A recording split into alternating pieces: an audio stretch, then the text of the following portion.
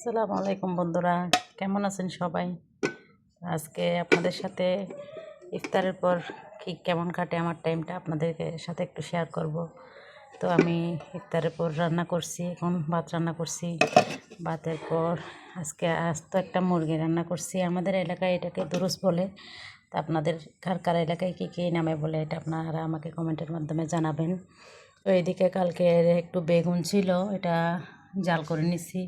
তারপর এদিকে আবার সেহেরি খাওয়ার পর এদিকে 2টা মুরগির মাংস ছিল, বোনা মাংস এগুলা আছে। তারপর মাংস ছাড়া তো বাচ্চারা তো আবার ভাত খায় না, আবার এদিকে একটা আস্ত মুরগি করলাম।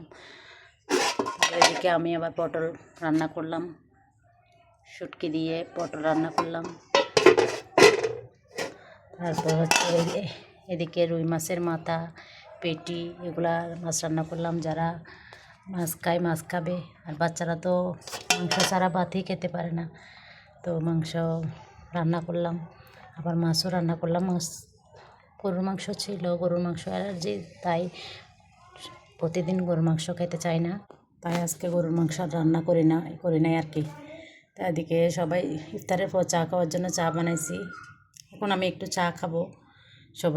সবাইকে দেওয়া হয়ে গেছে, এখন আমি চা খেতে আসলাম। তো আপনাদের সাথে শেয়ার করতেছি আজকে কী রান্না করলাম এগুলো আর কি। তো ইফতারের সময় আজকে প্রত্যেক দিনের মতন যা হয় আর কি, ছোলা, বেগুনি, পেঁয়াজি, আলুর চপ, আর হচ্ছে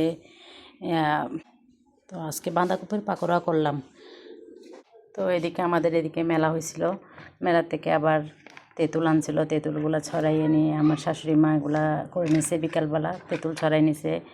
এগুলা এমনি ফেলে দিলে দেওয়া যায়, এগুলা দিয়ে আবার শরবত করা যায়। মানে এগুলো পানিতে ভিজিয়ে সব পানিগুলা দিয়ে শরবত নাইলে অনেক কিছু করা যায় এগুলো। তো এদিকে বিকালবেলা আমার দেবর কলা নিয়ে আসছে চিরা ভিজিয়ে খাওয়ার জন্য। চিরাতে আবার সেহেরির সময়ও খাইতে হয়। তারপর এদিকে তো আপনাদের ভাইয়া কালকে মালটা নিয়ে আসছিল, পেয়ারা আমরা খেয়ে পেয়ারা খাইছি। তারপর হচ্ছে এদিকে আবার আমার মেজো গাছ থেকে বড়ি পেরে নিয়েছে, এগুলো আবার আচার করবে।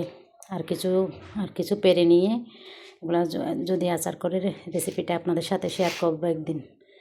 আমার মেজাপু বলতেছে আমিও আচার করবো, এগুলো আজকেরগুলো থাকে, কালকে আবার পেরে নিয়ে আচার করব। তারপর এদিকে আমি কতগুলো অন্তন বানিয়ে রাখছি, অল্প কিছু ইফতারের সময় বাজিয়েছি। অফ ক্যামেরায় আপনাদেরকে দেখাতে পারলাম না, তাড়াহুড়া করে ইফতারের টাইম হয়ে গেছে তাই দেখাতে পারি নাই। তো কতগুলো কালকের জন্য ফ্রিজে রেখে দিছি। তারপর এদিকে তো আপনাদের ভাই একটা আইসক্রিম নিয়ে আসছে, তো এটা মেয়ের পছন্দ হয়নি। মেয়ে বলতেছে আমি এটা খাবো না, আমি স্ট্রবেরি খাবো, এটা খাবো না, এটা খাবো না, কত বাহানা। তাও মেয়ের জন্য আনতে হয়। বড় মেয়ে পছন্দ করে এটা, আবার ছোটো মেয়ে পছন্দ করে স্ট্রবেরি।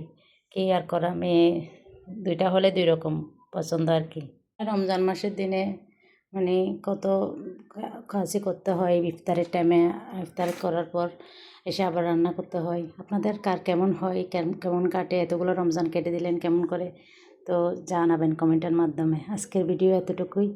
আসসালামু আলাইকুম, পরের ভিডিওয়ে কথা হবে।